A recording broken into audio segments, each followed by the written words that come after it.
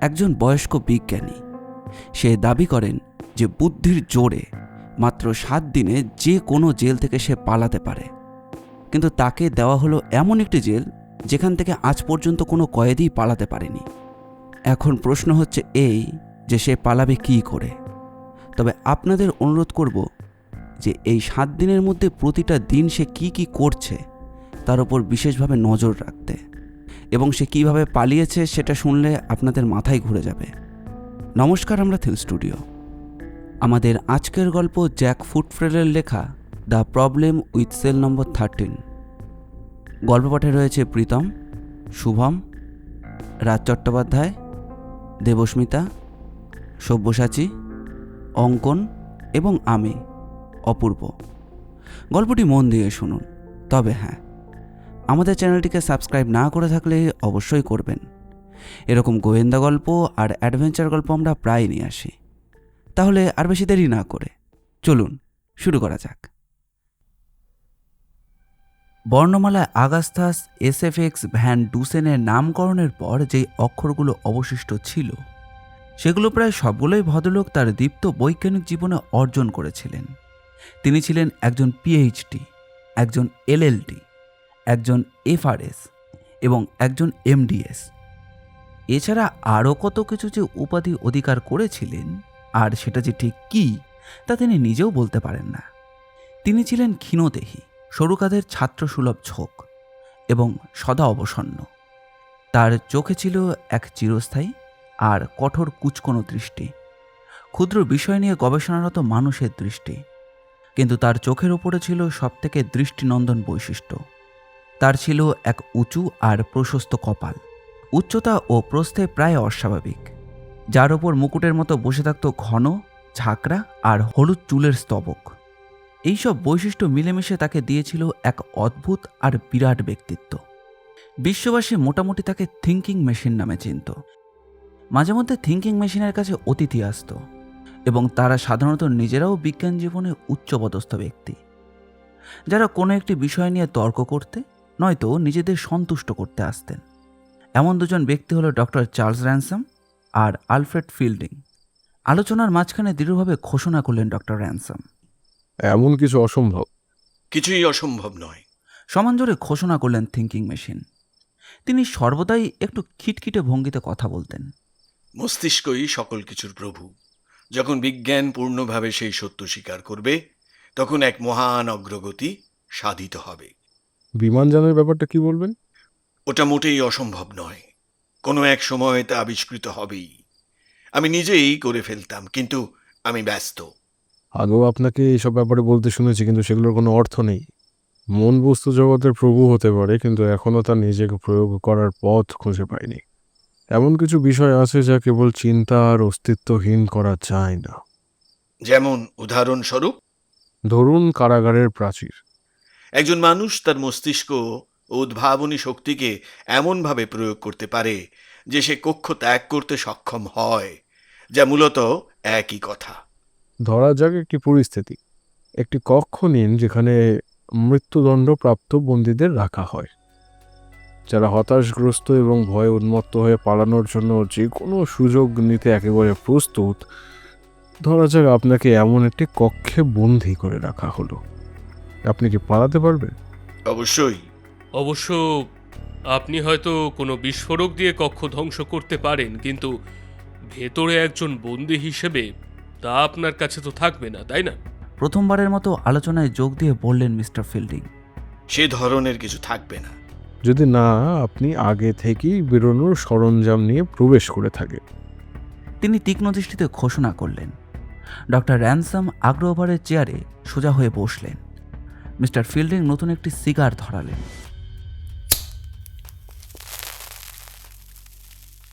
মানে আপনি সত্যি নিজেকে চিন্তার জোরে বের করে আনতে পারবেন বলছেন?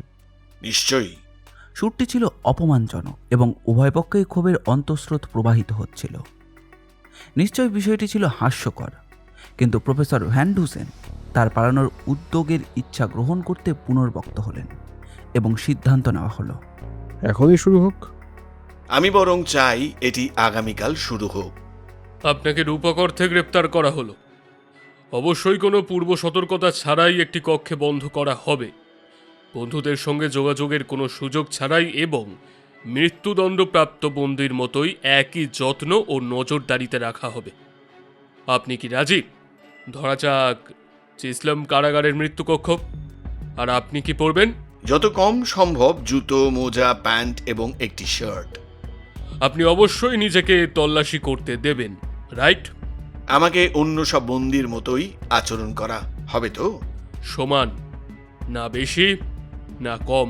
পরীক্ষার অনুমতি পাওয়ার জন্য কিছু প্রাথমিক ব্যবস্থা গ্রহণ করতে হয়েছিল, কিন্তু তিনজনেই প্রভাবশালী ব্যক্তি ছিলেন এবং সবকিছু টেলিফোনে সন্তোষজনকভাবে সম্পন্ন হলো। যদিও কারা কমিশনাররা তাদের কাছে পরীক্ষাটি সম্পূর্ণ বৈজ্ঞানিক ভিত্তিতেই ব্যাখ্যা করা হয়েছিল। প্রফেসর ভ্যান ডুসেন হতেন তাদের অতিথিপ্রাপ্ত সবথেকে বিশিষ্ট বন্দী।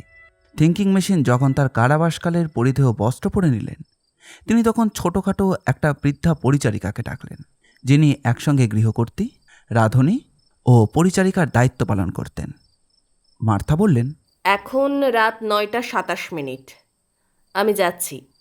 আজ থেকে 1 সপ্তাহ পরে ঠিক 9:30 এই ভদ্রলোকেরা এবং সম্ভবত আরও 1জন বা 2জন এখানে আমার সঙ্গে নৈশভোজ করবেন। মনে রেখো, ডক্টর রজান সম 8টি চক্ষু পছন্দ করেন। তিনজনকে চিলসাম কারাগারে নিয়ে যাওয়া হলো, যেখানে ওয়ার্ডেন তাদের জন্য অপেক্ষায় ছিলেন। টেলিফোনে বিষয়টি জানানো হয়েছিল। তিনি কেবল এইটুকু বুঝেছিলেন যে বিশিষ্ট প্রফেসর ভ্যান ডুসেন 1 সপ্তাহের জন্য তার বন্দী থাকবেন। দেখা যাক তিনি তাকে ধরে রাখতে পারেন কিনা। তিনি কোনো অপরাধ করেননি, কিন্তু তার ওপর অন্য সব বন্দীর মতোই আচরণ করা হবে। তল্লাশি করুক। নির্দেশ দিলেন ডক্টর র্যানসম। থিঙ্কিং মেশিনকে তল্লাশি করা হলো। তার কাছে কিছুই পাওয়া গেল না। প্যান্টের পকেট ছিল খালি, সাদা। শক্ত বুকওয়ালা শার্টে কোনো পকেটও ছিল না। জুতা ও মোজা খুলে পরীক্ষা করা হলো, তারপর আবার পরিয়ে দেওয়া হলো। এসব প্রাথমিক ব্যবস্থা, কঠোর তল্লাশি এবং মানুষের শিশুসুলভ শারীরিক দুর্বলতা, রঙহীন মুখ আর পাতলা সাদা হাত দেখে ডক্টর র্যানসম প্রায় নিজের ভূমিকার জন্য অনুতপ্ত হলেন। মিস্টার ফিল্ডিং জিজ্ঞাসা করলেন, আপনি কি নিশ্চিত যে আপনি এটা করতে চান? আমি না করলে কি আপনি সন্তুষ্ট হতেন? না। ঠিক আছে, আমি করব। স্বরের কারণে ডক্টর র্যানসামের সহানুভূতি বিলীন হয়ে গেল এবং সেটা তাকে বিরক্ত করল, এবং তিনি সিদ্ধান্ত নিলেন যে পরীক্ষাটি শেষ পর্যন্ত দেখবেন। এটি আত্মগরিমার জন্য হবে তীব্র শিক্ষা। মিস্টার ফিল্ডিং জিজ্ঞাসা করলেন, তার পক্ষে বাইরের কারোর সঙ্গেই যোগাযোগ করা কি অসম্ভব হবে? উত্তর দিলেন ওয়ার্ডেন, সম্পূর্ণ অসম্ভব। তাকে লেখালেখি করার কোনো ধরনের উপকরণ দেওয়া হবে না। আর আপনার প্রহরীরা, তারা কি তার কোনো বার্তা পৌঁছে দেবে নাকি? সরাসরি বা পরোক্ষভাবে একটি শব্দও নয়। এ বিষয়ে আপনি নিশ্চিন্ত থাকুন। তিনি যা বলবেন তাও আমাকে জানানো হবে, এবং যা দেবেন তাও আমার কাছেই হস্তান্তর করা হবে। এটি সম্পূর্ণই সন্তোষজনক বলেই মনে হচ্ছে। যিনি সমস্যাটিতে আন্তরিকভাবে আগ্রহী ছিলেন। অবশ্য যদি তিনি ব্যর্থ হন এবং মুক্তি চান, তাহলে আপনি বুঝতে পারছেন তাকে মুক্ত করতে হবে। হ্যাঁ, আমি বুঝতে পেরেছি। থিঙ্কিং মেশিন সব শুনছিলেন, কিন্তু সব শেষ হওয়া না পর্যন্ত তিনি কিছুই বলেননি। তারপর বললেন, আমি 3টে ছোট অনুরোধ করতে চাই। আপনারা ইচ্ছে করলে মঞ্জুর করতে পারেন, নাও করতে পারেন। সতর্ক করলেন মিস্টার ফিল্ডিং। এখন কোনো বিশেষ সুবিধা নয়, কোনো বিশেষ সুবিধা নয়।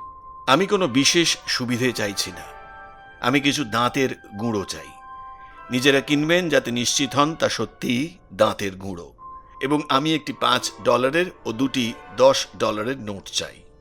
ডক্টর র্যানসাম, মিস্টার ফিল্ডিং এবং ওয়ার্ডেন বিস্মিত দৃষ্টিতে একে অপরের দিকে তাকালেন। দাঁতের গুঁড়োর অনুরোধে তারা অবাক হননি, কিন্তু অর্থের অনুরোধে তারা হয়েছিলেন। ডক্টর র্যানসাম ওয়ার্ডেনকে জিজ্ঞাসা করলেন, আমাদের বন্ধু যার সংস্পর্শে আসবেন, এমন কেউ কি আছেন যাকে $25 দিয়ে ঘুষ দেওয়া যেতে পারে? $2500ও নয়। আমার মনে হয় এগুলো যথেষ্ট নিরীহ। প্রফেসর বললেন যে তার তৃতীয় ইচ্ছে তার জুতোগুলোকে পালিশ করা হোক। এই শেষ অনুরোধটি ছিল হাস্যকরতার চূড়ান্ত উদাহরণ। তবুও তারা সম্মত হলো। সব ব্যবস্থা সম্পন্ন হলে থিঙ্কিং মেশিনকে সেই কারাগারে নিয়ে যাওয়া হলো, যেখান থেকে পালানোর উদ্যোগ নিয়েছিলেন তিনি। ইস্পাতের করিডোরের 3টি দরজা পেরিয়ে একসময় থেমে ওয়ার্ডেন বললেন, এটি সেল 13। এখানেই আমরা মৃত্যুদণ্ডপ্রাপ্ত খুনিদের রেখে থাকি। আমার অনুমতি ছাড়া কেউ এটি ছাড়তে পারে না, আর ভেতরের থেকেও কেউ বাইরের সঙ্গে যোগাযোগ রাখতে পারে না। এ বিষয়ে আমার সুনাম বাজি রাখতে পারি। এটি আমার দপ্তর থেকে মাত্র 3টে দরজা দূরে, সুতরাং কোনো ধরনের অস্বাভাবিক শব্দ আমি খুব সহজেই শুনতে পাবো। ভারী ইস্পাতের দরজাটি খুলে দেওয়া হলো, আর ক্ষুদ্র পায়ের তড়িঘড়ি ছুটোছুটি শোনা গেল এবং থিঙ্কিং মেশিন কক্ষের অন্ধকারে প্রবেশ করলেন। আর তারপর দরজাটি বন্ধ করে ওয়ার্ডেন দ্বিগুণ তালা লাগালেন। শিখের ফাঁক দিয়ে জিজ্ঞাসা করলেন ডক্টর র্যানসাম। ভেতরে ওই শব্দটা কি? সংক্ষেপে উত্তর দিলেন থিঙ্কিং মেশিন। ইঁদুর ডজন ডজন। 3 জন চূড়ান্ত শুভরাত্রি জানিয়ে ফিরে যাচ্ছিলেন, আর তখনই থিঙ্কিং মেশিন ডাকলেন। এই মুহূর্তে ঠিক কত বাজে, ওয়ার্ডেন? উত্তর দিলেন ওয়ার্ডেন। 11:17। ধন্যবাদ। আমি আজ থেকে 1 সপ্তাহ পর রাত 8:30টায় আমি আপনাদের দপ্তরে উপস্থিত হব। আর যদি না হন? যদি বলে কিছু নেই। কারাগারটি ছিল বিশাল, বিস্তৃত এক গ্রানাইট নির্মিত স্থাপনা, মোট 4 তলা, যা এক বিস্তীর্ণ খোলার প্রাঙ্গণের মাঝখানে দাঁড়িয়েছিল। এটি 18 ফুট উঁচু শক্ত পাথরের প্রাচীর দ্বারা পরিবেষ্টিত ছিল। ভেতরে ও বাইরে এতই মসৃণভাবে নির্মিত যে যতই দক্ষ আরোহী হোক না কেন, কারোর জন্য কোথাও পা রাখার স্থান ছিল না। অতিরিক্ত সতর্কতার জন্য প্রাচীরের ওপরে ছিল 5 ফুট উঁচু ইস্পাত দণ্ডের বেড়া, আর প্রতিটি দণ্ডের শীর্ষ ছিল তীক্ষ্ণ। এই বেড়াই ছিল স্বাধীনতা ও কারাবাসের মধ্যে চূড়ান্ত সীমারেখা। কারণ যে কেউই নিজেদের কক্ষ থেকে বেরোতে পারত, কিন্তু প্রাচীর অতিক্রম করা তাদের পক্ষে প্রায় অসম্ভব। কারাগার ভবনের চারিদিকে 25 ফুট চওড়ায় একটি আঙিনা ছিল। ভবন থেকে প্রাচীর পর্যন্ত এই দূরত্ব, যা দিনে কিছু বন্দির জন্য ব্যায়াম ক্ষেত্র হিসেবে ব্যবহৃত হতো, যাদের মাঝে মাঝে আধা স্বাধীনতার সুযোগও দেওয়া হতো, কিন্তু সেল 17-র বন্দীদের জন্য তা প্রযোজ্য ছিল না। দিনের সময় আঙিনায় 4 জন সশস্ত্র প্রহরী থাকত। ভবনের প্রতিটি পাশে 1 জন করে টহল দিত, আর রাতের আঙিনায় প্রায় দিনের মতোই উজ্জ্বল আর আলোকিত হয়ে থাকত। চারিদিকে ছিল বিশাল আর্ক লাইট, যা প্রাচীরের ওপরে উঠে প্রহরীদের স্পষ্ট দৃষ্টি দিত। এই আলো প্রাচীরের কাঁটাযুক্ত শীর্ষকেও উজ্জ্বল করে তুলত। যে তারগুলো আর্ক লাইটে বিদ্যুৎ সরবরাহ করত, সেগুলো ইনসুলেটরের মাধ্যমে ভবনের গা বেয়ে উঠে শীর্ষতলা থেকে খুঁটির দিকে গিয়েছিল, আর যেখানে আর্ক লাইটগুলো বসানো ছিল। এসবই দেখলেন এবং বুঝলেন থিঙ্কিং মেশিন। থিঙ্কিং মেশিন তার ঘন শিকওয়ালা জানালা দিয়ে বাইরে এগুলোই দেখতে পাচ্ছিলেন। এটি ছিল তার কারাবাসের পরের দিন সকাল। তিনি আরও অনুমান করলেন যে প্রাচীরের ওপারে কোথাও একটা নদী রয়েছে, কারণ তিনি ক্ষীণভাবে মোটর বোটের স্পষ্ট ধ্বনি শুনলেন এবং আকাশের উঁচুতে একটি নদী পাখিও দেখলেন। সেই একই দিক থেকে ছেলেদের খেলাধুলার চিৎকার এবং মাঝে মধ্যে ব্যাটে বল লাগার শব্দও ভেসে আসছিল। তখন তিনি বুঝলেন যে কারাগারের প্রাচীর ও নদীর মাঝখানে হলো এই খেলার স্থানটি। একটি খেলার মাঠ রয়েছে সেখানে। চিলসাম কারাগারকে সম্পূর্ণ নিরাপদ বলে গণ্য করা হতো। কোনো মানুষ কখনো সেখান থেকে পালাতে পারেনি। খাটের উপর দাঁড়িয়ে থিঙ্কিং মেশিন এগুলোই দেখছিলেন। কক্ষের প্রাচীরগুলো, এটা যদিও তার অনুমান, প্রায় 20 বছর আগে নির্মিত, ছিল সম্পূর্ণ মজবুত এবং জানালার নতুন লোহার শিকগুলোতে কোনো মরিচার ছায়াও ছিল না। যদিও শিক সরিয়ে জানলা দিয়ে বেরোনোটা কঠিন হতো, কারণ তা ছিল ছোট। তবুও এসব দেখে থিঙ্কিং মেশিন নিরুৎসাহিত হলেন না, বরং তিনি চিন্তামগ্ন ভঙ্গিতে বিশাল আর্ক লাইটের দিকে চোখ কুঁচকে তাকালেন। এখন উজ্জ্বল রোদ ছিল এবং চোখ বুলিয়ে অনুসরণ করলেন তারটি, যা সেখান থেকে ভবনের দিকে নেমে এসেছে।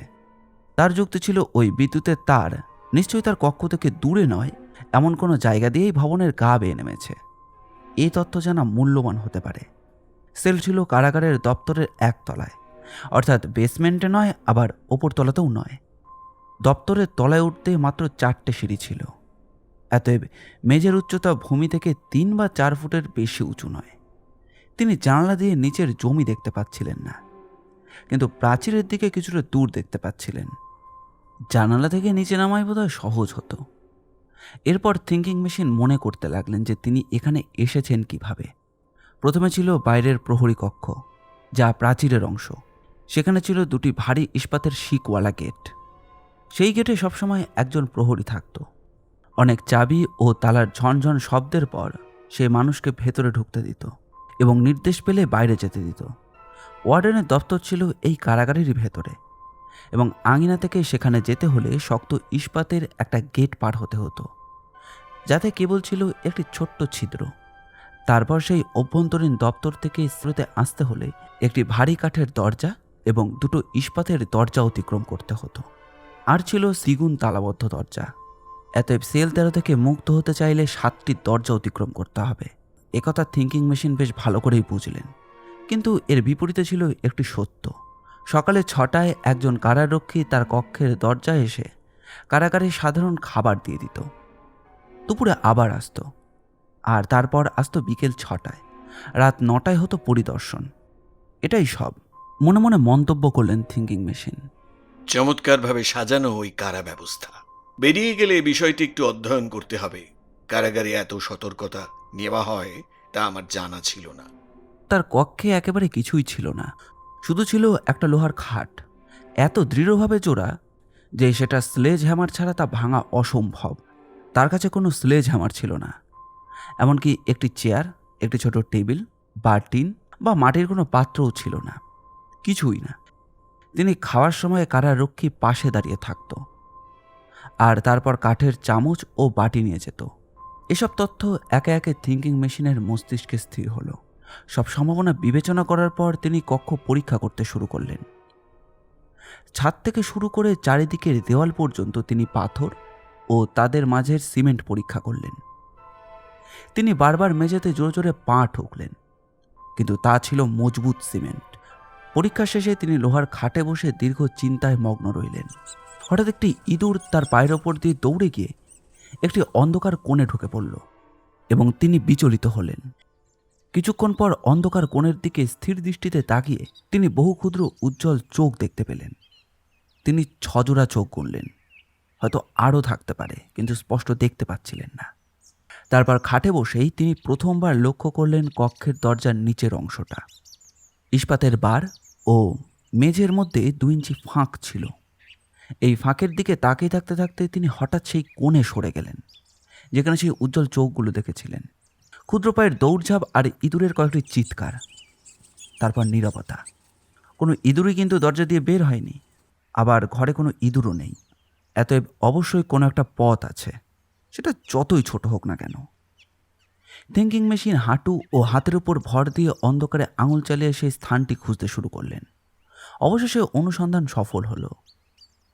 তিনি মেঝেতে একটি ছোট্ট গোলাকার ছিদ্র পেলেন। সেটা সিমেন্টের সমতলে, রূপোর ডলারের চেয়ে সামান্য বড়। তিনি আঙুল গভীর পর্যন্ত ঢুকিয়ে দিলেন। মনে হলো যে এটি একটি পরিত্যক্ত নিষ্কাশন নল, শুকনো ও ধুলোময়। এই বিষয়ে নিশ্চিত হয়ে তিনি আবার খাটে বসে 1 ঘন্টা কাটালেন। তারপর ছোট জানালা দিয়ে আবার চারিপাশ পরিদর্শন করলেন। বাইরের এক প্রহরী প্রাচীরের পাশে ঠিক তার বিপরীতে দাঁড়িয়েছিল এবং সেল 13 জানালা দিয়ে যখন তাকিয়েছিল তখনই থিঙ্কিং মেশিনের মাথা দেখা গেল। কিন্তু বিজ্ঞানী সেই প্রহরীকে লক্ষ্য করেননি এবং কারাগাররক্ষী ঘৃণ্যভাবে সাদামাটা কারাগারের খাবার নিয়ে উপস্থিত হলো। বাড়িতে থিঙ্কিং মেশিন কেবলই বেঁচে থাকার জন্য খেতেন, আর এখানে যা দেওয়া হলো তা তিনি কোনো মন্তব্য ছাড়াই গ্রহণ করলেন। মাঝে মধ্যে তিনি দরজার বাইরে দাঁড়িয়ে তাকে যে দেখছিল সেই কারাগার রক্ষীর সঙ্গে কথা বলতেন। গত কয়েক বছরে এখানে কোনো উন্নতি হয়েছে? উত্তর দিল কারাগারের রক্ষী। না, বিশেষ কিছু নয়।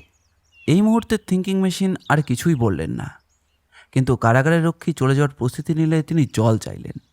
এখানে আমার খুব পিপাসা পায়। আমার জন্য কি একটি বাটিতে একটু জল রেখে যাওয়া সম্ভব? ওয়ার্ডেনকে জিজ্ঞাসা করব। বলল কারাগারের রক্ষী এবং চলে গেল। 8 ঘন্টা পরে সে একটি ছোট্ট মাটির বাটিতে জল নিয়ে ফিরে এলো। ওয়ার্ডেন বলেছেন আপনি এই বাটি রাখতে পারেন, কিন্তু চাইলে আমাকে তা দেখাতে হবে। এটি ভেঙে গেলে আর দেওয়া হবে না। ধন্যবাদ, আমি এটি ভাঙব না। কারাগারের রক্ষী নিজের কাজে চলে গেল। এক মুহূর্তের জন্য মনে হলো থিঙ্কিং মেশিন কিছু একটা জিজ্ঞাসা করতে চান, কিন্তু তিনি করলেন না। 2 ঘন্টা পরে একই কারারক্ষী সেল নম্বর 13 দরজার পাশ দিয়ে যাওয়ার সময় ভেতরে একটা শব্দ শুনে থামল। থিঙ্কিং মেশিন কোণে হাত ও হাঁটুর ওপর ভর দিয়েছিল এবং সেই কোণ থেকেই কয়েকটি ভীত ইঁদুরের চিৎকার শোনা যাচ্ছিল। কারাগারের রক্ষী আগ্রহ নিয়ে তাকিয়ে রইল। থিঙ্কিং মেশিন বললেন, আহা, তোমাকে ধরেছি। কি ধরেছেন? এই ইঁদুরগুলোর একটি। বিজ্ঞানীর লম্বা আঙুলের ফাঁকে কারারক্ষী একটি ছোট্ট ধূসর ইঁদুরকে ছটফট করতে দেখল। বন্দি সেটিকে আলো এনে মনোযোগ দিয়ে দেখলেন। এটি জল ইঁদুর। ইঁদুর ধরা ছাড়া আপনার আর ভালো কোনো কাজ নেই? এগুলো এখানে থাকা লজ্জাজনক। এটাকে নিয়ে গিয়ে মেরে ফেলুন। ওই ছোট্ট কক্ষে থাকতে থাকতে তার মানসিক ভারসাম্য নষ্ট হতে শুরু করলো। বন্ধ ঘর, আলো নেই, জল নেই, খাবার নেই। খুব কষ্ট পেতে থাকে থিঙ্কিং মেশিন। কিন্তু তিনি এখান থেকে কবে ছাড়া পাবেন? আদৌ পাবেন কি? সবই সময়ের অপেক্ষা। কারারক্ষী ছটফট করা প্রাণীটিকে নিয়ে মেঝেতে জোরে আছড়ে ফেলল। আর একবার চিৎকার করেই সেটি নিস্তব্ধ হয়ে গেল। পরে সে ঘটনাটি ওয়ার্ডেনকে জানালো, যিনি কেবল মুচকি হাসলেন। সেই বিকেলে সেল নম্বর 13-র দিকে বাইরের সশস্ত্র প্রহরী আবার জানালার দিকে তাকিয়ে বন্দিকে বাইরে তাকিয়ে থাকতে দেখল। সে দেখল যে একটি হাত শিকের কাছে উঠল। তারপর কিছু একটা সাদা জিনিস উড়ে পড়ল সেল নম্বর জানালার ঠিক নিচে। ওটা ছিল সাদা জামার কাপড়ের ছোট্ট একটি রোল, এবং তার চারপাশে বাঁধা ছিল একটি $5 নোট। প্রহরী আবার জানালার দিকে তাকালো, কিন্তু ওই মুখটি অদৃশ্য হয়ে গেছে। কুটিল হাসি নিয়ে সে ছোট কাপড়ের রোল ও $5 নোট ওয়ার্ডেনের দপ্তরে নিয়ে গেল। সেখানে দেখলো যে একটা অদ্ভুত ধরনের কালি দিয়ে লেখা, প্রায় ঝাপসা হয়ে যাওয়া, কিন্তু সেটার পাঠোদ্ধার করলো। আর লেখার জন্য কলম আর কালি পেল কোথায়? ওয়ার্ডেন কারাগারের রক্ষীর দিকে তাকালেন এবং প্রহরী ওয়ার্ডেনের দিকে তাকালো। এই রহস্যের কোনো স্পষ্ট সমাধান ছিল না। ওয়ার্ডেন লেখাটি মনোযোগ দিয়ে পরীক্ষা করলেন, তারপর মাথা নাড়লেন। চলুন দেখি সে ডক্টর রয়ানসমকে কি বলতে চেয়েছিল। প্রহরী কাপড়ের টুকরোটি নিয়ে পড়ল। ওয়ার্ডেন প্রায় 1 ঘন্টা ব্যয় করলেন এটি কেমন সাইফার তা ভাবতে, এবং 8 ঘন্টা ব্যয় করলেন যে কেন তার বন্দি ডক্টর র্যানসামের সঙ্গে যোগাযোগ করার চেষ্টা করবে তা ভেবে, যিনি তাকেই এখানে নিয়ে এসেছেন। এরপর ভাবলেন বন্দি লেখার উপকরণ পেলই বা কোথায় এবং কি ধরনের উপকরণ ব্যবহার করেছে। বিষয়টি স্পষ্ট করবার জন্য তিনি আবার কাপড়টি পরীক্ষা করলেন। এটি ছিল একটি সাদা শার্টের অংশ, কিনারা ছিল খসখসে। এখন কাপড়ের উৎস বোঝা সম্ভব, কিন্তু কি দিয়ে লেখা হয়েছে তা অন্য প্রশ্ন। ওয়ার্ডেন জানতেন যে তার কাছে কলম বা পেন্সিল থাকা অসম্ভব, এবং তাছাড়া লেখাটি কলম বা পেন্সিলেও লেখা নয়। তাহলে কি দিয়ে? ওয়ার্ডেন নিজেই তদন্তের সিদ্ধান্ত নিলেন। থিঙ্কিং মেশিন তার বন্দীদের ধরে রাখা তার দায়িত্ব। যদি এই গোপন সংকেত পাঠিয়ে পালাতে চায় তবে তিনি তা বন্ধ করবেন, যেমন অন্য কোনো বন্দির ক্ষেত্রে করতেন। সেল নম্বর 13-তে ফিরে গেলেন এবং দেখলেন যে থিঙ্কিং মেশিন হাত ও হাঁটুর উপর ভর দিয়ে মেঝেতে বসে ইঁদুর ধরছেন। এর চেয়ে ভয়ঙ্কর আর কিছুই নয়। বন্দি ওয়ার্ডেনের পদধ্বনি শুনে দ্রুত ঘুরলেন। লজ্জাজনক। এই ইঁদুরগুলো ডজন ডজন আছে। অন্যরা এগুলো সহ্য করতে পেরেছে। আপনার জন্য আরেকটা শার্ট এনেছি, আপনি যে শার্টটা পরেছেন তা দিন। কেন? দ্রুত জিজ্ঞাসা করলেন থিঙ্কিং মেশিন। তার সুর কিন্তু স্বাভাবিক ছিল না। আচরণে প্রকৃত অস্থিরতার আভাস ছিল। আপনি ডক্টর রয়ানসামের সঙ্গে যোগাযোগ করার চেষ্টা করেছেন।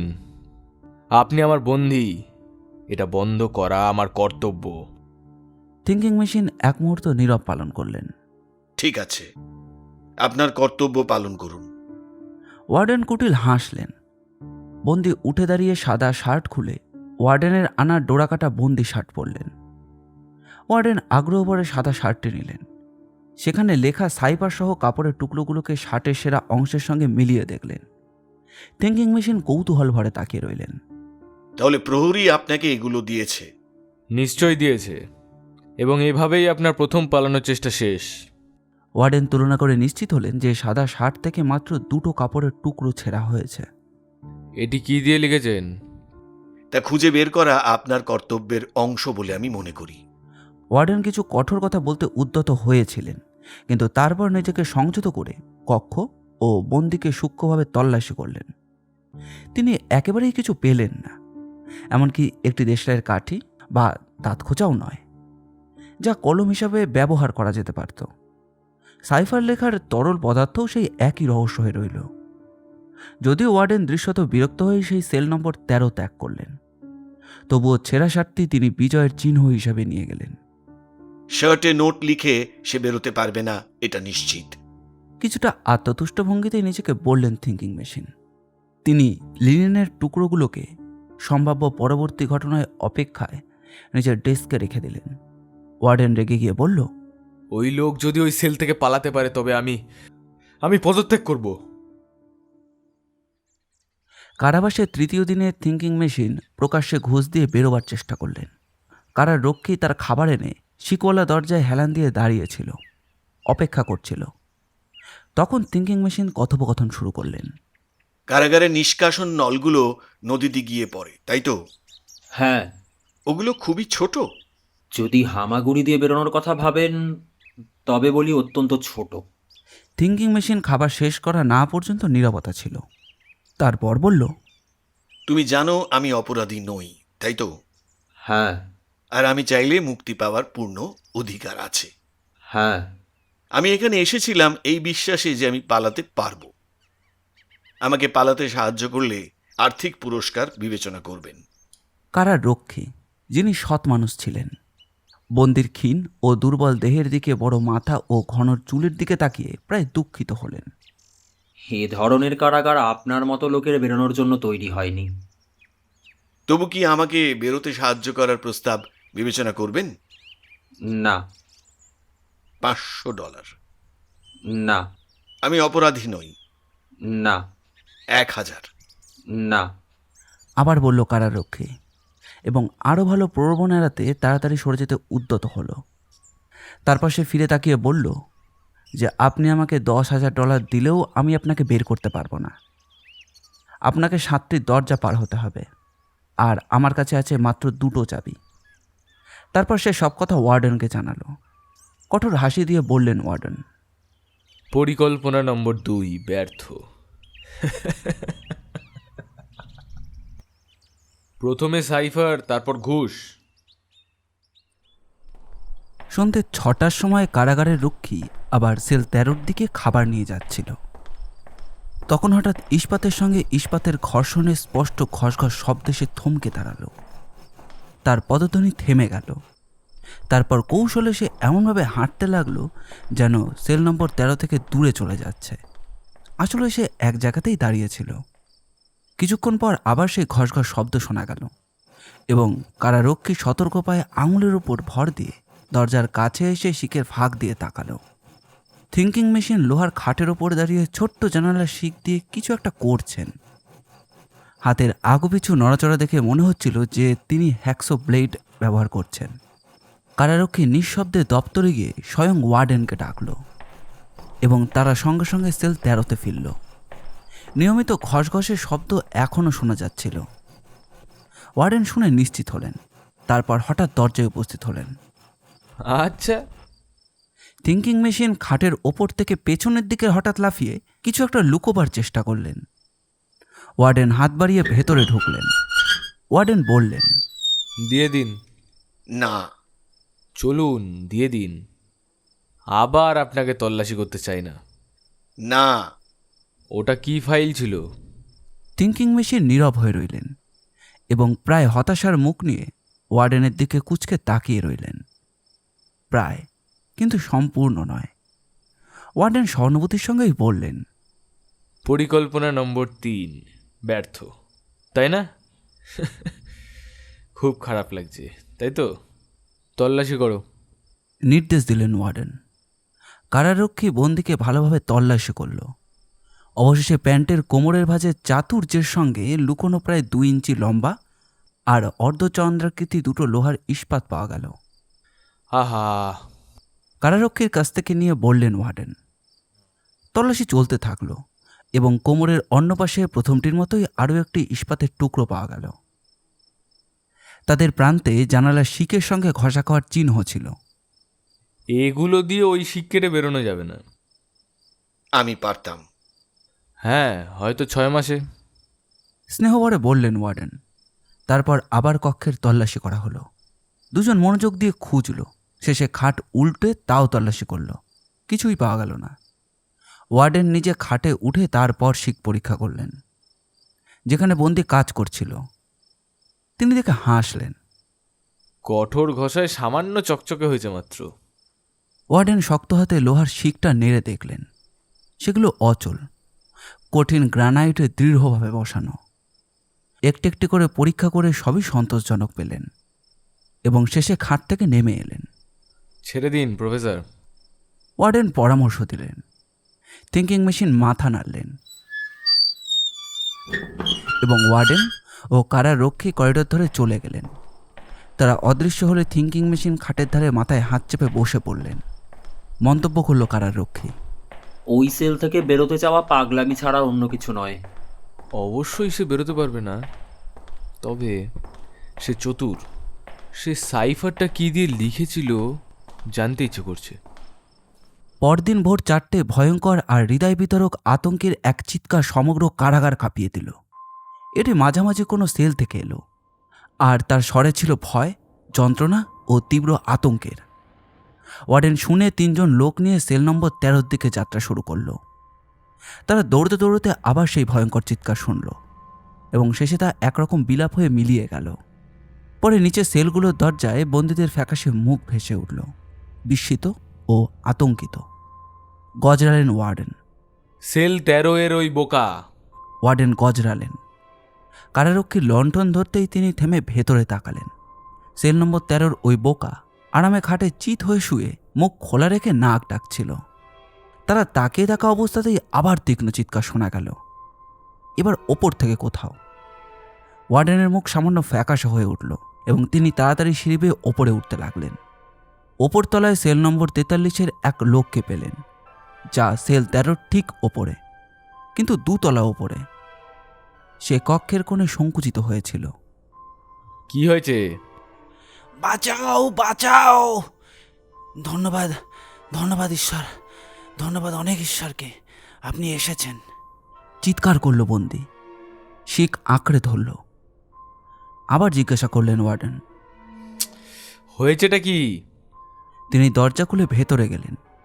বন্দি হাঁটু গেড়ে বসে ওয়ার্ডেনকে জড়িয়ে ধরল। তার মুখ ভয়ে সাদা, চোখ বিস্ফারিত আর শরীর কাঁপছে। তার বরফ শীতল হাত ওয়ার্ডেনের হাত আঁকড়ে ধরেছে। আমাকে এই সেল থেকে দয়া করে বের করুন, দয়া করে বের করুন। তোমার হয়েছেটা কি? আমি কিছু শুনেছি, কিছু। কি শুনেছো? তোতলালো বন্দি। হঠাৎ আতঙ্কে বিস্ফারিত হয়ে সে বলল, আমাকে এই সেল থেকে বের করুন, যে কোনো জায়গায় রাখুন, কিন্তু এখান থেকে সরান। ওয়ার্ডেন ও 3 কারারক্ষী একে অপরের দিকে তাকালো। জিজ্ঞাসা করলেন ওয়ার্ডেন, এই লোকটা কে? কি অভিযোগ?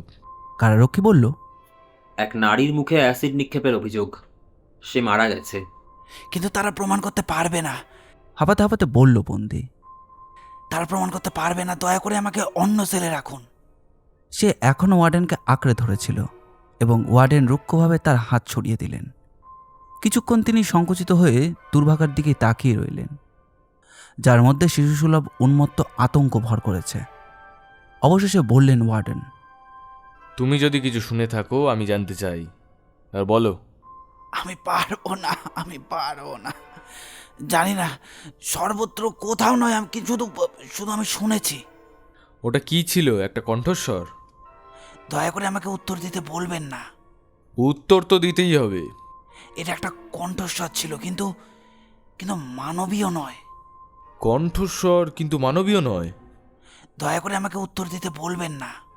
মনে হচ্ছিল চাপার অনেক দূর থেকে আসছে, আর ভূতের মতো। ভেতর থেকে না বাইরে থেকে? 1 ঘন্টা ধরে ওয়ার্ডেন গল্পটা বের করার চেষ্টা করলেন এবং কিছুই বলল না। শুধু তাকে অনুনয় করল অন্য কক্ষে রাখবার জন্য, অথবা ভোর পর্যন্ত কোনো এক কারারক্ষী যেন তার কাছে থাকে। এই অনুরোধগুলো রূঢ়ভাবে নাকচ করা হলো। আর শোনো, আবার যদি এই চিৎকার শুরু হয় তোমাকে প্যারেড সেলে পাঠাবো। তারপর ওয়ার্ডেন চলে গেলেন। ভোর পর্যন্ত তার কক্ষের দরজাতেই বসে রইল। ভয়ে সাদা হয়ে যাওয়া মুখটি শিকের সঙ্গে চেপে বিস্ফারিত চোখে কারাগারের দিকে তাকিয়ে রইল। সেদিন থিঙ্কিং মেশিনের কারাবাসের 4র্থ দিন। স্বেচ্ছাবন্দির কারণে যথেষ্ট সরগরম হয়ে উঠল এবং সে তার সময়ের বেশিরভাগটাই কক্ষের ছোট জানালার কাছে কাটালো। সে তার কার্যক্রম শুরু করলো আরেক টুকরো লিনের নিচে প্রহরীর দিকে ছুঁড়ে দিয়ে, এবং যেটা সে কর্তব্যনিষ্ঠভাবে তুলে আবার ওয়ার্ডেনের কাছে নিয়ে গেল। তাতে লেখা ছিল আর মাত্র 3 দিন। ওয়ার্ডেন পড়ে মোটেই বিস্মিত হলেন না। তিনি বুঝলেন যে থিঙ্কিং মেশিন কেবল তার কারাবাসের আর 3 দিনের কথা বোঝাতে চাইছে, এবং তিনি এই নোটটিকে এক ধরনের দম্ভ হিসেবে গণ্য করলেন। কিন্তু জিনিসটা লেখা হলো কিভাবে? এই নতুন লিনেনের টুকরোটি সে পেলই বা কোথায়? কোথায়? কিভাবে? তিনি লিনেনটি সতর্কভাবে পরীক্ষা করলেন। এটি সাদা, শার্টের কাপড়। তিনি যেই শার্টটি নিয়েছিলেন তাতে 2টো লিনেনের টুকরো ছেঁড়া হয়েছিল যত্ন সহকারে, এবং এই তৃতীয় টুকরোটি সম্পূর্ণ অতিরিক্ত, কোথাও মেলে না। তবুও নিঃসন্দেহে এটা একই কাপড়। আর কোথা থেকে সে লেখার কিছু পায়? ওয়ার্ডেন আকাশের দিকে তাকিয়ে নিজেকেই নিজে প্রশ্ন করল। 4র্থ দিনের আরও পরে দ্য থিঙ্কিং মেশিন তার কক্ষের জানলা দিয়ে বাইরে সশস্ত্র প্রহরীর সঙ্গে কথা বলল। মাসের কত তারিখ? 15। দ্য থিঙ্কিং মেশিন মনে মনে জ্যোতির্বিজ্ঞানের হিসাবটা কষে নিশ্চিত হলো যে সেদিন রাত 9টার আগে চাঁদ উঠবে না। তারপর সে আরও একটি প্রশ্ন করল। এই আর্ক লাইটগুলো কে দেখাশোনা করে? কোম্পানির লোক। ভবনে কি কোনো ইলেকট্রিশিয়ান নেই? না, নিজেদের লোক থাকলে মনে হয় টাকা বাঁচাতে পারতেন। ওটা আমার কাজ নয়। সেদিন প্রহরী প্রায়ই কক্ষের জানালায় দ্য থিঙ্কিং মেশিনকে দেখল, কিন্তু মুখটি সবসময় নিস্তেজ বলে মনে হলো, এবং চশমার আড়ালে কুচকোনো চোখে এক ধরনের আকুলতা ছিল। সেদিন বিকেলে দিবাকালীন প্রহরীর দল বদল হওয়ার ঠিক আগে মাথাটি আবার জানালায় দেখা গেল, এবং থিঙ্কিং মেশিনের হাত শিকের ফাঁক দিয়ে কিছু একটা বাড়িয়ে ধরল। তার নিচের মাটিতে উড়ে পড়ল এবং প্রহরী তুলে নিল। এটি ছিল $5 একটি নোট। ওটা তোমার জন্য। স্বাভাবিকভাবেই প্রহরী তা ওয়ার্ডেনের কাছে নিয়ে গেল। ভদ্রলোক সন্দেহ ভরে তাকালেন। সেল নম্বর 13 থেকে আসা সবকিছুর দিকেই তিনি সন্দেহের চোখে দেখতেন। প্রহরী ব্যাখ্যা করল। সে বলল এটা আমার জন্য। মনে হয় এক ধরনের বকশিস আমি বিশেষ কোনো কারণে দেখি না যে তুমি নিতে পারবে না। হঠাৎ তিনি থেমে গেলেন। তার মনে পড়ল যা থিঙ্কিং মেশিন সেল 13তে ঢুকেছিল একটি $5 নোট আর 2টো $10 নোট নিয়ে, অর্থাৎ মোট $25। প্রথম লিনেনের টুকরোর সঙ্গে একটি $5 নোট বাঁধা ছিল। ওয়ারেন সেটি এখনও রেখেছেন এবং নিশ্চিত হতে তা বের করে দেখলেন। ওটি $5, তবু এখানে আরও একটি $5, অথচ থিঙ্কিং মেশিনের কাছে তো কেবলই $10 থাকার কথা। হয়তো কেউ তার জন্য এই নোটটা ভেঙে দিয়েছে। শেষ পর্যন্ত এটাই স্থির করে তিনি স্বস্তির নিঃশ্বাস ফেললেন। কিন্তু তখনই তিনি সিদ্ধান্ত নিলেন তিনি এই সেল নম্বর 13কে এমনভাবে তল্লাশি করবেন যেমনভাবে এই পৃথিবীতে এর আগে কোনোদিন কোনো সেলকেই করা হয়নি। যখন একজন মানুষ ইচ্ছেমতো লিখতে পারে, টাকা ভাঙাতে পারে এবং আরও সম্পূর্ণ ব্যাখ্যাতীত কাজ করতে পারে, তখন তার কারাগারেই নিশ্চয়ই মৌলিকভাবে কিছু ভুল রয়েছে। তিনি রাতে কক্ষে ঢোকার পরিকল্পনা করলেন। 3টে হবে উৎকৃষ্ট সময়। দ্য থিঙ্কিং মেশিন তার সব অদ্ভুত কাজ নিশ্চয়ই এই সময়ই করে। রাতই সব থেকে হচ্ছে যুক্তিযুক্ত সময়। এইভাবে রাত 3টের সময় গোপনে সেল নম্বর 13তে নেমে এলো ওয়ার্ডেন। প্রথমে তিনি দরজায় কান পাতলেন। স্থির শ্বাস প্রশ্বাস ছাড়া আর কোনো শব্দই নেই। চাবিগুলো প্রায় শব্দহীনভাবেই দ্বৈত তালা খুলল এবং ওয়ার্ডেন ভেতরে ঢুকে পেছনে দরজাটা বন্ধ করলেন। হঠাৎ তিনি অন্ধকার লণ্ঠনের আলো শোয়া দেহের মুখে ফেললেন। যদি ওয়ার্ডেন দ্য থিঙ্কিং মেশিনকে চমকাতে চেয়ে থাকেন তবে তিনি ভুল করেছিলেন, কারণ লোকটি শান্তভাবে চোখ খুলে চশমা হাতে নিয়ে সম্পূর্ণ স্বাভাবিক সুরে বলল, কে? ওয়ার্ডেন যেভাবে তল্লাশি চালালেন তা বর্ণনা করা নিরর্থক। তা ছিল সূক্ষ্ম। কক্ষ বা বিছানার 1 ইঞ্চিও বাদ পড়েনি। তিনি মেঝের গোল ছিদ্র পেলেন এবং হঠাৎ প্রেরণায় মোটা আঙুলটা ঢুকিয়ে দিলেন। কিছুক্ষণ হাত টানার পর তিনি কিছু একটা টেনে তুললেন এবং সেটিকে লণ্ঠনের আলোয় দেখলেন। তিনি উচ্চারণ করলেন, ও! তিনি যা তুলেছিলেন তা একটি ইঁদুর, একটি মৃত ইঁদুর। তার প্রেরণা সূর্যের সামনে কুয়াশার মতোই মিলিয়ে গেল। তবুও তিনি তল্লাশি চালিয়ে গেলেন। দ্য থিঙ্কিং মেশিন একটিও শব্দ না করে উঠে দাঁড়িয়ে ইঁদুরটিকে লাথি মেরে কক্ষের বাইরে করিডোরে পাঠিয়ে দিল। ওয়ার্ডেন বিছানায় উঠে ছোট জানালার ইস্পাতগুলো পরীক্ষা করতে লাগলেন। ওগুলো সম্পূর্ণ অচল, দরজার প্রতিটা শিকও তেমনি। তারপর তিনি বন্দির পোশাক তল্লাশি করলেন, জুতো থেকে শুরু। তাতে লুকোনোর কিছুই নেই। তারপর প্যান্টের কোমর বন্ধ, তবুও কিছু নয়। তারপর পকেট, এক পাশ থেকে তিনি কিছু কাগজের টাকা বের করলেন। তিনি হাঁপ ছাড়লেন। 5টি $1 নোট। ঠিক তাই। কিন্তু তোমার তো 2টি 10 আর একটি 5 ছিল। কি, এটা কিভাবে করলে? ওটা আমার বিষয়। আমার কোনো লোক কি তোমার জন্য এই টাকা ভেঙেছে? না, তাহলে তুমি কি নিজেই বানাও? ওটা আমার বিষয়। ওয়ার্ডেন বিজ্ঞানীর দিকে কঠোর দৃষ্টিতে তাকালেন। তিনি অনুভব করলেন যে মানুষটি তাকে বোকা বানাচ্ছে। সে যদি প্রকৃতই বন্দী হতো তবে সত্য আদায় করতেন, কিন্তু তাহলে হয়তো ঘটে যাওয়া সেই ব্যাখ্যাতীত ঘটনাগুলো এত তীক্ষ্ণভাবে সামনে আসতো না। দীর্ঘ সময় কেউ কথা বলল না। তারপর হঠাৎ ওয়ার্ডেন ঘুরে দাঁড়িয়ে তীব্রভাবে কক্ষ ছেড়ে বেরিয়ে গেলেন।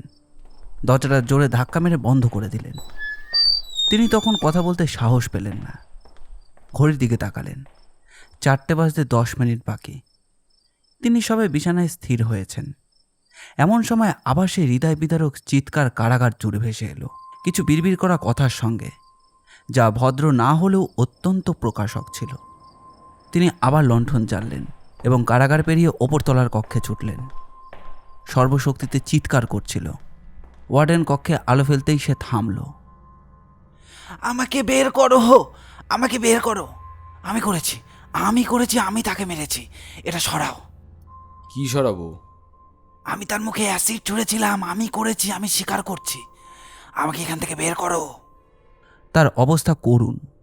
তাকে করিডর থেকে বের করে দেওয়াই ছিল একমাত্র দয়া। সেখানে সে গুটি মেরে বসলো কোণঠাসা পশুর মতো এবং দুহাতে কান চেপে ধরল। তাকে কথা বলার মতো শান্ত করতে 8 ঘন্টা লেগে গেল। তারপর তার সাথে যা ঘটেছিল সে অসংলগ্নভাবে বলল। আগের রাতে 4টের সময় সে একটি কণ্ঠ শুনেছিল। কৌতূহলীভাবে ওয়ার্ডেন জিজ্ঞাসা করলেন। ওটা কি বলেছিলে? হাঁপাতে হাঁপাতে বলল, অ্যাসিড অ্যাসিড অ্যাসিড। ওরা আমাকে অভিযুক্ত করেছিল। অ্যাসিড, আমি অ্যাসিড ছুঁড়েছিলাম আর সেই নারীটি মারা গেল। ওহ, আমি তোমার সঙ্গে একমত। আমি তার উপরে অ্যাসিড ব্যবহার করেছিলাম, কিন্তু তাকে মারতে চাইনি। আমি শুধু শব্দগুলো শুনেছি। কিছু আমাকে অভিযুক্ত করছিল।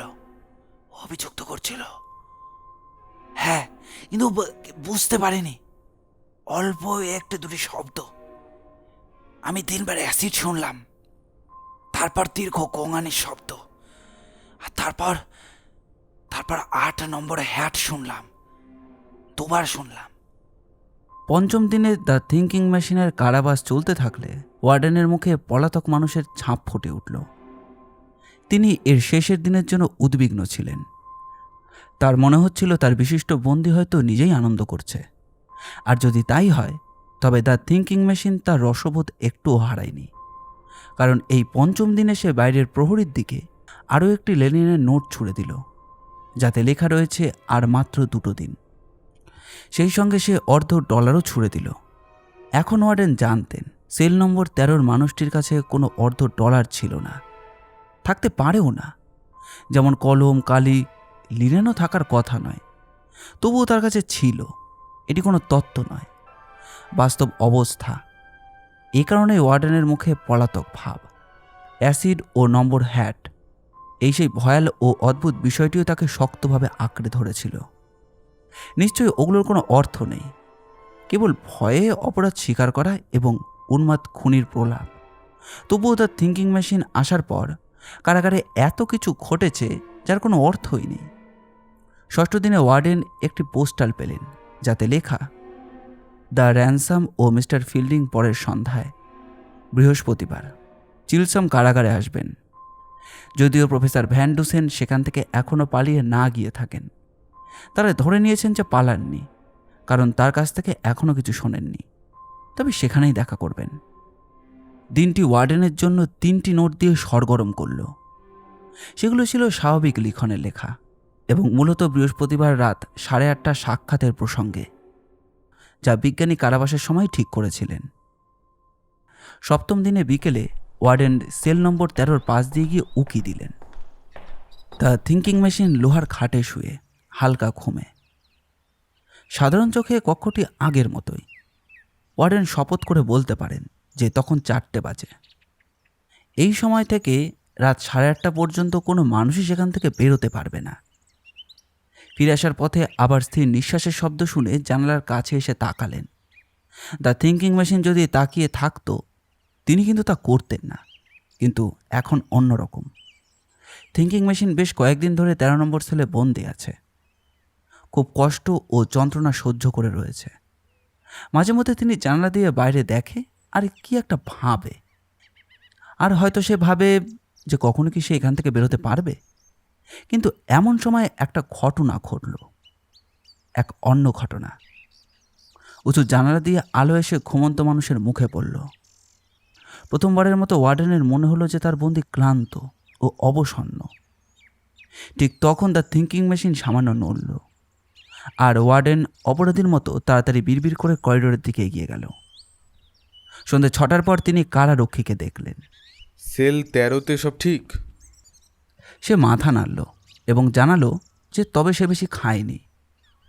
নিজের কর্তব্য সম্পন্ন করার অনুভূতি নিয়ে 7টার কিছু পরে ওয়ার্ডেন ডক্টর র্যানসাম ও মিস্টার ফিল্ডিংকে গ্রহণ করলেন। তিনি লেনিনের নোটগুলো দেখিয়ে তার দীর্ঘ দুঃখকথা শোনাতে চেয়েছিলেন, কিন্তু তার আগে উঠোনে নদীর পাড়ের কারারক্ষীরা অফিসে এসে ঢুকল। ডক্টর র্যানসাম জানালো, আমার দিকের উঠোনের আর্ক লাইটটা জ্বলছে না। ধুর, লোকটা অশুভ। ও আসার পর থেকেই সব কিছু ঘটে চলেছে। প্রহরী অন্ধকার ঘরে ফিরে গেল, আর ওয়ার্ডেন বিদ্যুৎ কোম্পানিতে ফোন করলেন। তিনি বললেন, এটা চিসলাম কারাগার, দ্রুত 3-4 জন লোক পাঠান একটা আর্ক লাইট ঠিক করতে। উত্তরটা সন্তোষজনক ছিল, কারণ তিনি রিসিভার রেখে উঠোনে গেলেন। ডক্টর র্যানসাম ও মিস্টার ফিল্ডিং অপেক্ষা করছিলেন। এমন সময় বাইরের ফটকের প্রধান প্রহরী একটি স্পেশাল ডেলিভারি চিঠি নিয়ে এলো। ডক্টর র্যানসাম ঠিকানাটি লক্ষ্য করলেন এবং প্রহরী বেরোলে চিঠিটি তার হাত থেকে দেখলেন। By George. তিনি উৎফুল্ল হলেন। মিস্টার ফিল্ডিং জিজ্ঞাসা করলেন, কি? নীরবে ডাক্তার চিঠিটি বাড়িয়ে দিলেন। মিস্টার ফিল্ডিং তা গভীরভাবে দেখলেন। তিনি বললেন, কাকতাল। হতেই হবে। প্রায় 8টা বাজে। ওয়ার্ডেন অফিসে ফিরলেন। ইলেকট্রিশিয়ানরা গাড়িতে এসে কাজ শুরু করেছে। ওয়ার্ডেন দেওয়ালের বাইরে ফটকের লোকটির সঙ্গে যুক্ত বাজ বাটন চাপলেন।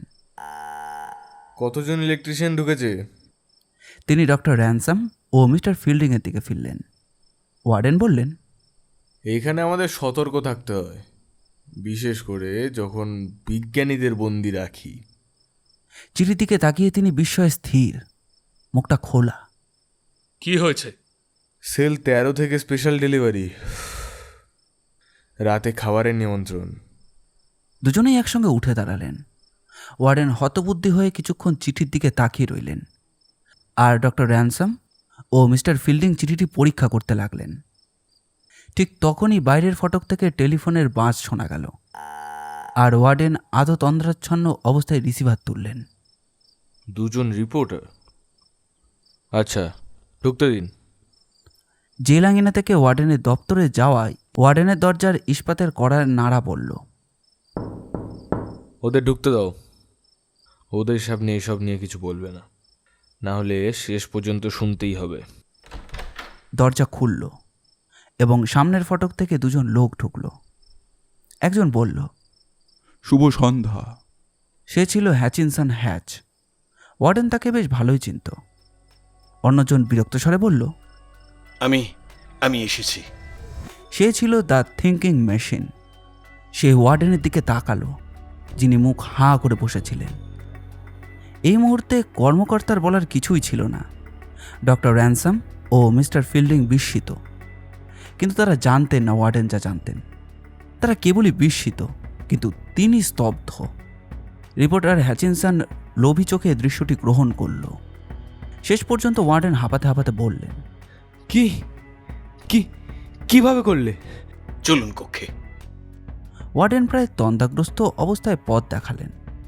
ভেতরে আলো ফেলুন, নির্দেশ দিল দ্য থিঙ্কিং মেশিন। ওয়ার্ডেন তা করলেন। কক্ষের চেহারায় কোনো অস্বাভাবিকতা নেই, আর খাটের উপর যে শুয়ে আছে সেটা দ্য থিঙ্কিং মেশিনের অবয়ব। নিশ্চয়ই ওখানে হলুদ চুল। ওয়ার্ডেন আবার পাশে দাঁড়ানো লোকটির দিকে তাকালেন এবং নিজের স্বপ্নের অদ্ভুততায় বিস্মিত হলেন। কাপা হাতে তিনি দরজা খুললেন এবং দ্য থিঙ্কিং মেশিন ভেতরে ঢুকল। এই দেখুন। সেই কক্ষের দরজার নিচের ইস্পাতগুলো শিকগুলোতে লাথি মারল এবং 3টি জায়গা থেকে সরে গেল। চতুর্থটি ভেঙে করিডোরে গড়িয়ে পড়ল। এখানেও। প্রাক্তন বন্দী খাটে দাঁড়িয়ে থাকা ছোট জানালায় হাত বাড়িয়ে নির্দেশ দিল। সে হাত বুলিয়ে দিল আর সব শিকগুলো খুলে এলো। ধীরে ধীরে স্বাভাবিক হওয়া ওয়ার্ডেন জিজ্ঞাসা করলেন, খাটে ওটা কি? একটা উইগ। চাদর নামান। ওয়ার্ডেন তা করলেন। তার নিচে ছিল শক্ত দড়ির বড় কুণ্ডলী, 30 ফুট বা তার থেকে কিছু বেশি, একটি ছুরি, 3টি ফাইল আর 10 ফুট বৈদ্যুতিক তার, পাতলা কিন্তু শক্ত ইস্পাতের প্লায়ার্স, হাতলসহ ছোট্ট একটা ট্যাক হাতুড়ি এবং একটি ডেঞ্জারাস পিস্তল। কিভাবে করলে? আপনাদের সঙ্গে আমার 9:30 নৈশভোজে সাক্ষাৎ আছে। চলুন, নইলে দেরি হবে। যে মানুষ মস্তিষ্ক ব্যবহার করতে জানে তাকে কখনো ধরে রাখতে পারবে ভাববেন না। চলুন, দেরি হবে। প্রফেসর ভ্যান ডুসেনের কক্ষে নৈশভোজটি ছিল অধৈর্য ও কিছুটা নীরব। অতিথিরা ছিলেন doctor ransom, Albert fielding, warden এবং রিপোর্টার হ্যাচিনসন হ্যাচ। 1 সপ্তাহ আগে দেওয়া নির্দেশ অনুযায়ী খাবারটা মিনিট মতোই পরিবেশিত হলো।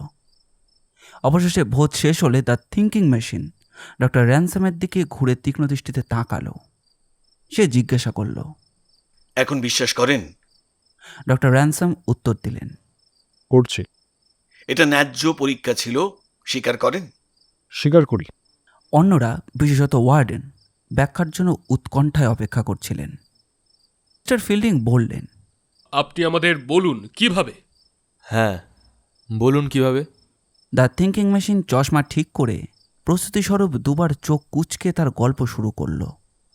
সে শুরু থেকে যুক্তিপূর্ণভাবে বলল, এর চেয়ে মনোযোগী শ্রোতার ছিল না। আমার চুক্তি ছিল, একটি কক্ষে প্রবেশ করব, পরনের প্রয়োজনীয় পোশাক ছাড়া কিছু বহন করব না এবং 1 সপ্তাহের মধ্যে সেই কক্ষ ত্যাগ করব। আমি কখনো চিসলাম কারাগার দেখিনি। কক্ষে ঢুকে আমি টুথ পাউডার, 2টি 10 এবং একটি $5 নোট এবং জুতো পালিশের অনুরোধ করি। এই অনুরোধ প্রত্যাখ্যাত হলেও গুরুতর হতো না, কিন্তু আপনারা মেনে নিয়েছিলেন। আমি জানতাম কক্ষে এমন কিছু নেই যা সুবিধায় ব্যবহার করতে পারি, তাই দরজা বন্ধ হতেই আমি আপাত দৃষ্টিতে অসহায়, যদি না 3টি নিরীহ জিনিস কাজে লাগাতে পারি। এগুলো মৃত্যুদণ্ডপ্রাপ্ত বন্দীকেও দেওয়া হয়, তাই না ওয়ার্ডেন? ট্রুথ পাউডার আর পালিশ জুতো, হ্যাঁ, কিন্তু টাকা নয়। যে জানে ব্যবহার করতে তার হাতে সবই বিপজ্জনক। প্রথম রাতে আমি কিছু করিনি, শুধু ঘুমিয়েছি আর ইঁদুর তাড়িয়েছি। প্রস্তাব ওঠার সময় জানতাম সেদিন রাতে কিছু করা যাবে না, তাই পরদিন বলেছিলাম। আপনারা ভেবেছিলেন বাইরের সহায়তায় পালানোর সময় চাইছি, কিন্তু তা নয়। আমি জানতাম ইচ্ছে মতো যোগাযোগ করতে পারবো। পরদিন সকাল 6টায় কারারক্ষী জলখাবার নিয়ে আমাকে জাগালো। সে জানালো দুপুর 12টায় ভোজন, সন্ধ্যে 6টায় নৈশভোজ। মাঝের সময় আমি প্রায় একা, তাই জলখাবারের পরই জানলা দিয়ে বাইরের পরিবেশ পরীক্ষা করি। এক নজরেই বুঝলাম দেওয়াল টপকানো বৃথা। এমনকি জানলা দিয়ে বেরোলেও কারণ লক্ষ্য শুধু কক্ষ নয়, কারাগার ত্যাগ।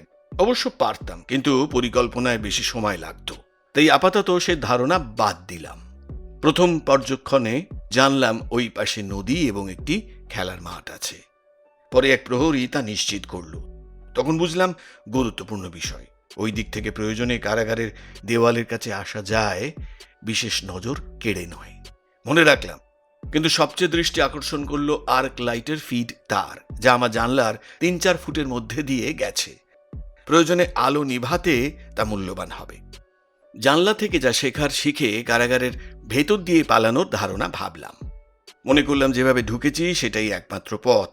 আমার আর বাইরের মাঝে 7টি দরজা, তাই আপাতত সে পথও বাদ দিলাম। আর কঠিন গ্রানাইটের দেওয়াল ভেদ করা সম্ভব নয়। এসব ভাবছি, এমন সময় একটি ইঁদুর পায়ের ওপর দিয়ে দৌড়ালো। নতুন চিন্তা সূত্র দিল। কক্ষে অন্তত অর্ধ ডজন ইঁদুর ছিল। তাদের চকচকে চোখ দেখতে পাচ্ছিলাম। তবু আমি লক্ষ্য করেছিলাম একটিও কক্ষের দরজার নিচ দিয়ে আসেনি। আমি ইচ্ছে করে তাদের ভয় দেখালাম এবং দরজার দিকে নজর রাখলাম, তারা সে পথে বেরোয় কিনা দেখার জন্য। তারা বেরোলো না, কিন্তু উধাও হয়ে গেল। স্পষ্টতই তারা অন্য পথে গেছে। অন্য পথ মানে অন্য একটি খোলা জায়গা। আমি সেই খোলা জায়গা খুঁজে পেলাম।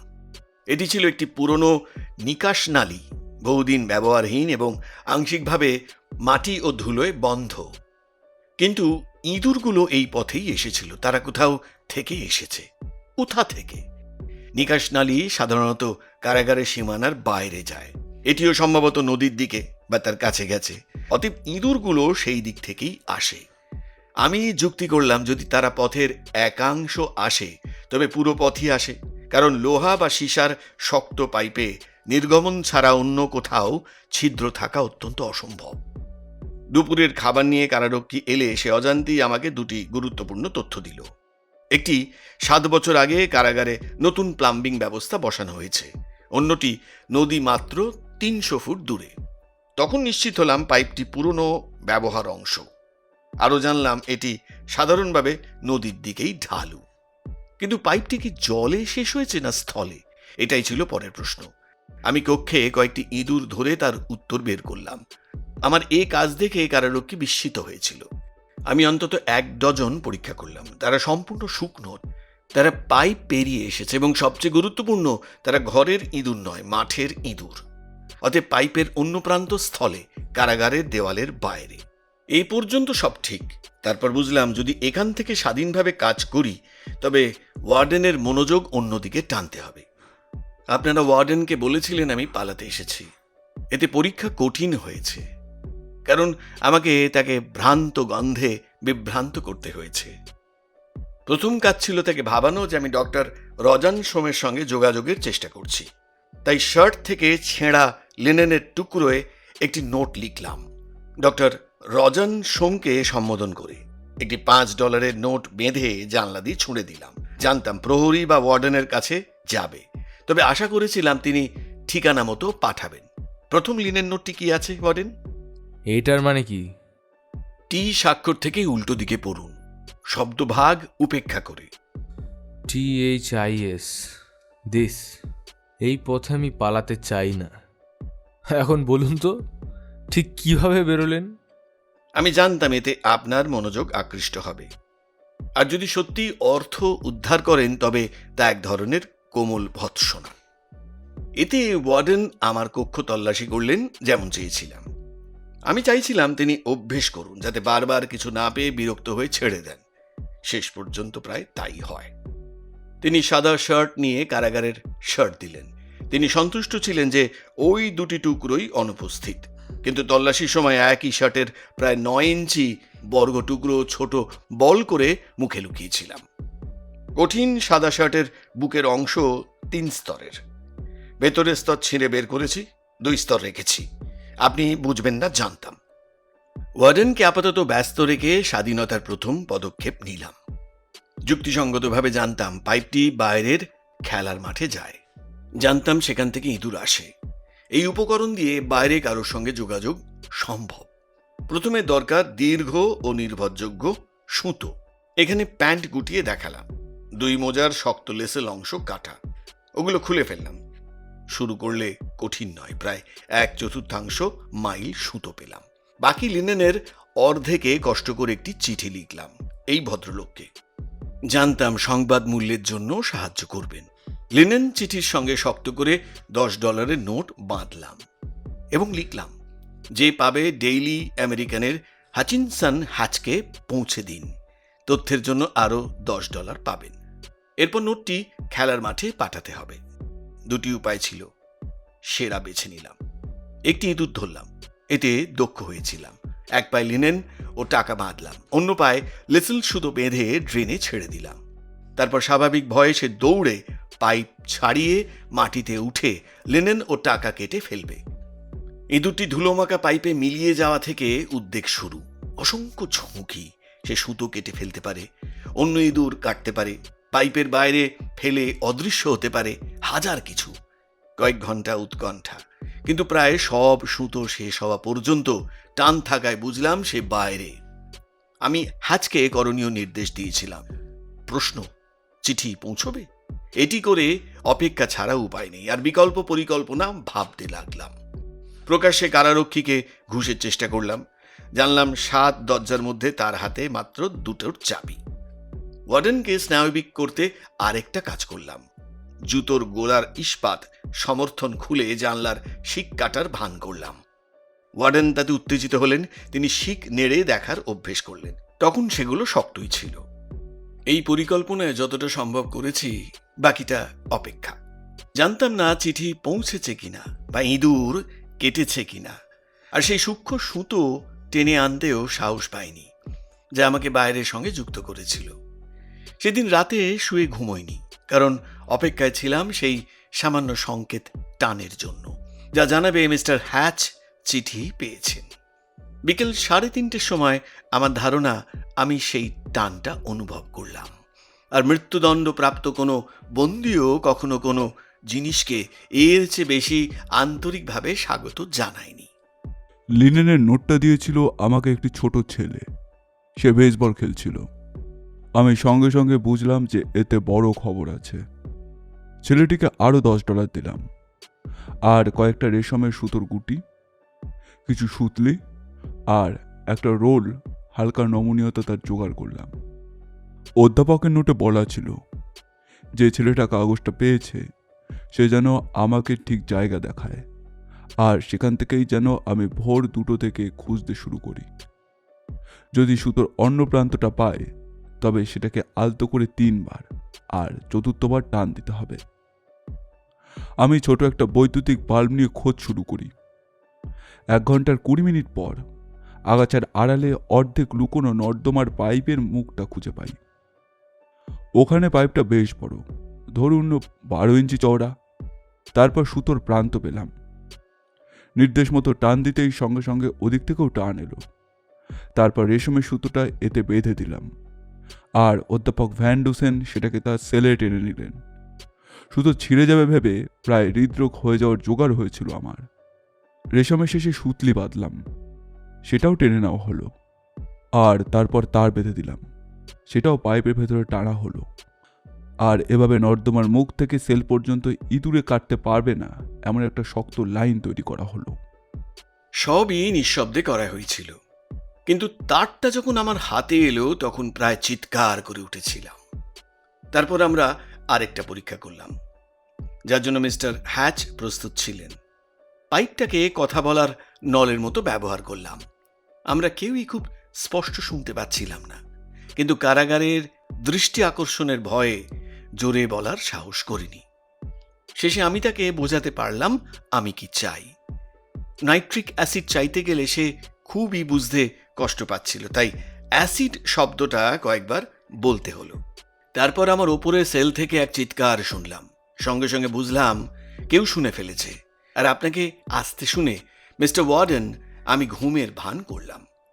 আপনি যদি তখন সেলে ঢুকতেন, পুরো পালানোর পরিকল্পনাই সেখানেই শেষ হয়ে যেত, কিন্তু আপনি এগিয়ে গেলেন। ওটাই ছিল ধরা পড়ার সবচেয়ে কাছাকাছি মুহূর্ত। এই অস্থায়ী ট্রলি ব্যবস্থা তৈরি হওয়ার পর সেলে জিনিস আনা নেওয়া করা সহজ হয়ে গেল। দরকার মতো জিনিস পাইপে ফেলে দিলেই হতো। আপনি মিস্টার ওয়ার্ডেন আঙুল দিয়ে সংযোগের তার ধরতে পারতেন না। আপনার আঙুল খুব মোটা, আমার আঙুল লম্বা ও সরু। উপরন্তু পাইপের মুখে একটা ইঁদুর রেখে পাহারা দিতাম। মনে আছে তো? মনে আছে। আমি ভেবেছিলাম কেউ যদি গর্তটা দেখতে যায়, ইঁদুরটা তার উৎসাহ কমিয়ে দেবে।